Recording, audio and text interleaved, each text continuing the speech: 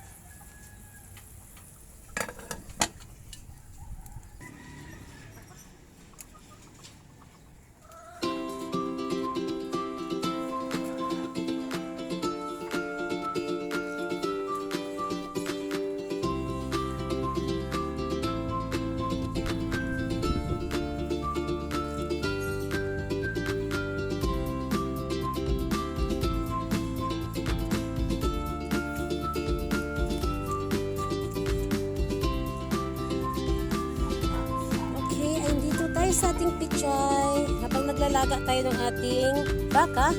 Ayan, look at that mga langga, ang ating pichay. Ito po yung ating ilagay sa ating nilaga. Ayan, naglaga tayo ng baka. Napakaganda po ng pichay natin. Mamili tayo dito, napakaganda po ng kanilang mga dahon. Oh. Ayan, sumisikat na yung araw. Maglalagay na tayo dyan ng net mamaya, itong net natin. Para yung ating pichay hindi kawawa sa init.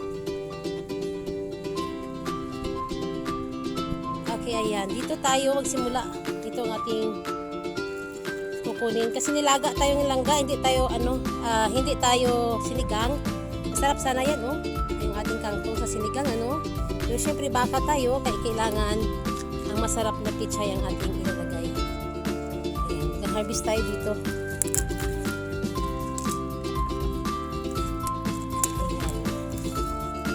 Ayan, ito ng ating pichay.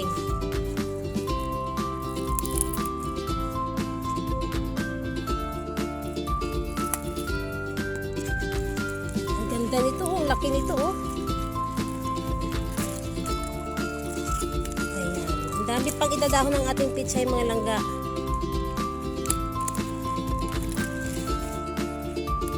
Dito na natin ilagay.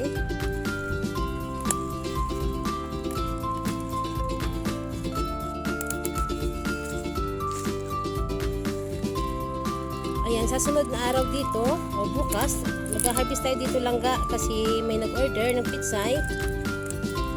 Nung una nating harvest dito sa pichay na ito, naka 250 po tayo doon.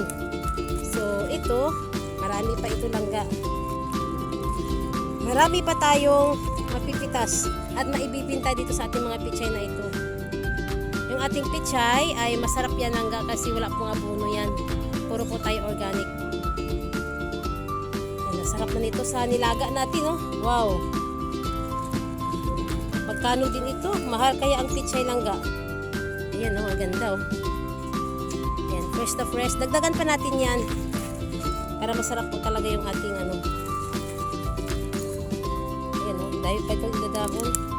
Bata pa naman yung ating pichay. Hindi pa naman siya. Hanggat hindi nagbubulaklak yung pichay natin.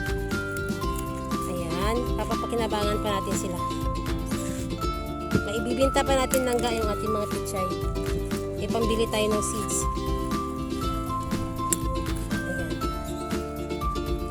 Ayan, ang dami na nito. Okay. Ayan mo langga, ang dami. Dalawang puno ito langga ang kinuhaan ko lang, oh. Ayan, meron na tayong pang ulam. Ayan, kukunin pa natin to. Dalawang puno lang ang kinuhaan natin.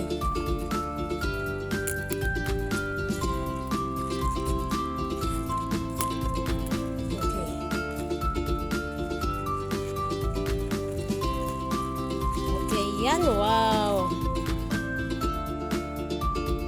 Ang ganda ng picture natin.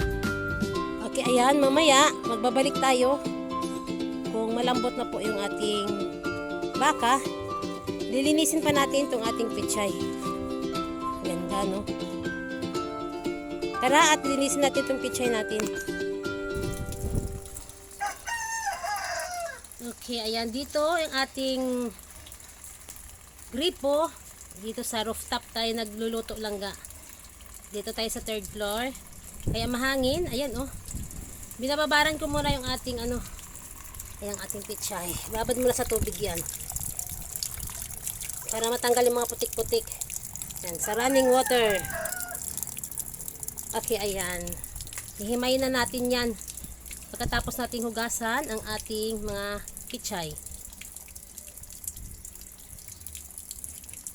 Ayan, dito banda, mga gabi-gabi dito langga, mga parang mga gabi. Ayan, mga gabi. Ano to, tawag nito sa inyo, itong halaman na to. Mataba siya dito, oh. Ayan, dyan ang ating gabi. Ayan, ang gabi natin, oh. Ayan, mataba yung gabi dyan. Ayan, dito kasi laging may tubig dyan, banda.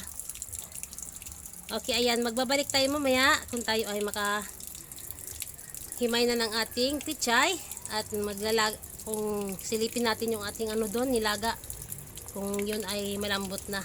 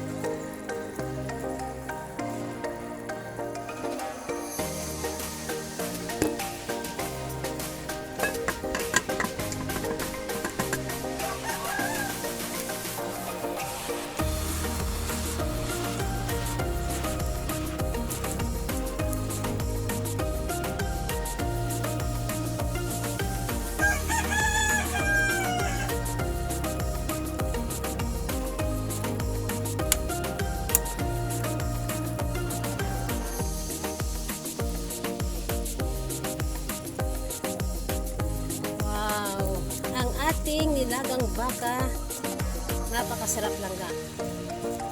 Ayan, ganyan lang po ako magluto ng aking nilagang baka. Ayan, importante dyan, meron tayong mga fresh na gulay na inilalagay ang ating pechay. Ayan, lagay tayo dito ng ating saging. Ayan ang saging. Kailangan po lang na hugasan mabuti yung balat ng saging. Masarap po yan. Huwag mo tanggalan ng balat ng saging. Kasi mas masarap po talaga mayroong ganyan. Tsaka yung ating patatas. Ang ating nilagang baka. Yan, luto na ito langga. Luto na. Ayan, kakain na tayo dahil tanghali na. Ayan, thank you sa inyong lahat. Sa walang sawang panonood sa aking mga vlog. Please subscribe my channel, Inday Names Rooftop Garden.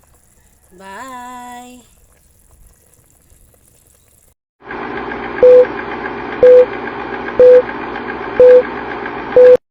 Ayan.